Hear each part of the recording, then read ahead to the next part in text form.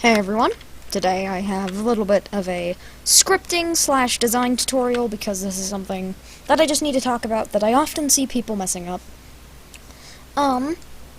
Something that we're going to be talking about today is the scripting and designing of atmospheric slash myth slash whatever you want to call them games where you're just trying to find things. I don't know how to explain them. I'll leave a link to actually I don't know what to link. If you know what you probably know what I'm talking about if you're watching this tutorial. But we're just gonna go over some things that I see a lot of developers of these games do wrong, and just leads to the game not being as fun to play and as fun to search and speculate about. So the first thing we're gonna talk about is some things that I've already put into this little myth game. That are good things to do for the players. So first thing that you'll probably notice in this game is this little clearing with this, well, just little hatch. This is to keep the players guessing. You always want the players to be guessing about something in the game. Never release the whole game at once. Don't let them find everything at once. You need to release the game in small chunks. It's just not going to work otherwise, because someone will be smart enough and know enough about these games and find everything at once. Or you need to have it just be a super stumper, which we'll go into later. So the next thing you want to do is, again, always have barred off areas. This cave here, no way to get into it in the game right now. There's literally zero way to get into this cave. You cannot get into it, and it's just going to leave players speculating. It's just here to confuse and annoy. The third thing that is already in this that is smart to do is to have your spawn point is invisible and have collision off, just so that it's less awkward when you spawn in. This is an invisible spawn point. It has no collision and it has no decal on it, so you can't see it no matter what you do.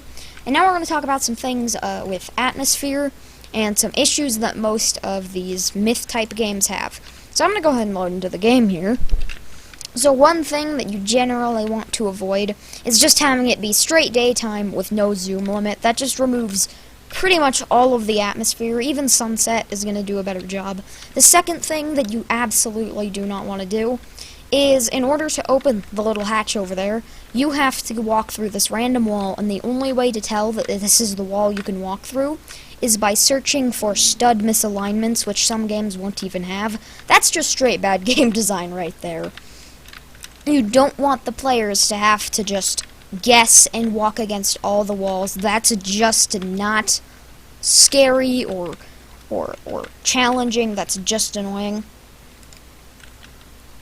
And so the next thing you want to do is don't leave cryptic messages like this. This isn't going to accomplish anything. You need to leave at least something and everything in your game.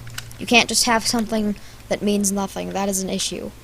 And so now we're going to get into the actual atmospheric parts of the game. So the first thing you definitely need to do is just change your clock time. It's not that hard to set it to night. And look at how much better this is. Now you still have a really large render distance and zoom distance. You can change that under starter player. My favorite personally is 50. It just gives a really good effect of not too far out, but not too far in.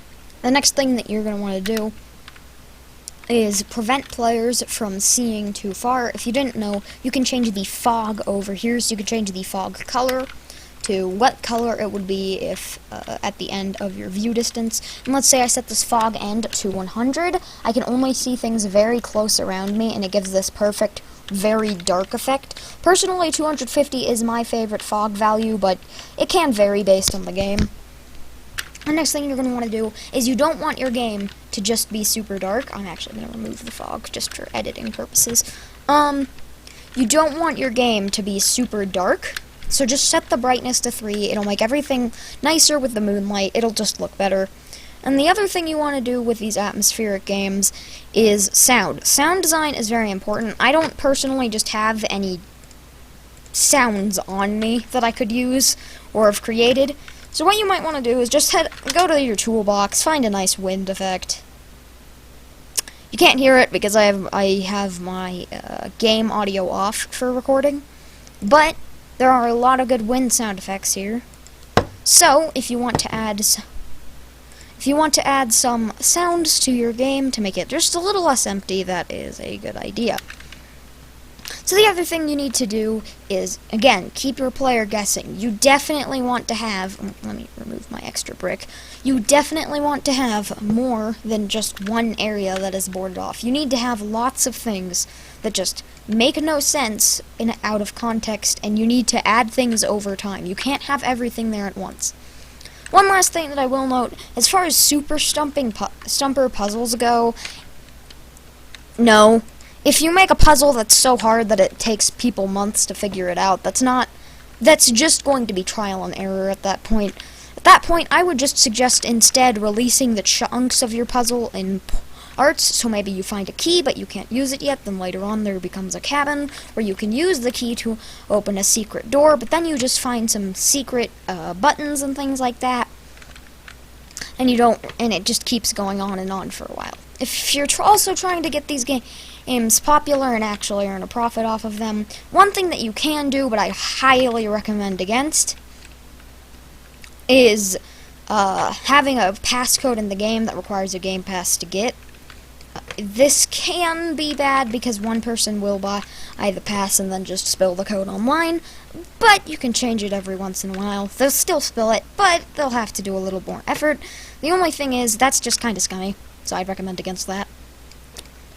Last thing is, if you actually are trying to make a profit off of one of these games, definitely don't make it like a myth-style game. Make it a proper, like, quote-unquote horror game, if that's possible on Roblox. Yes, I know there are good horror games on Roblox. I've played some of them. But if you can, just spend that extra time to make a high-quality game if you want people to, well, you know, if you want to make a profit. And that's pretty much this tutorial. I just want to say there are a lot more atmospheric tips than I have shown in this video, but that's pretty much all I have to say. There will be a part 2 to this on happy atmospheres and like sky stuff, but I don't know what this outro is. Okay, bye, lol.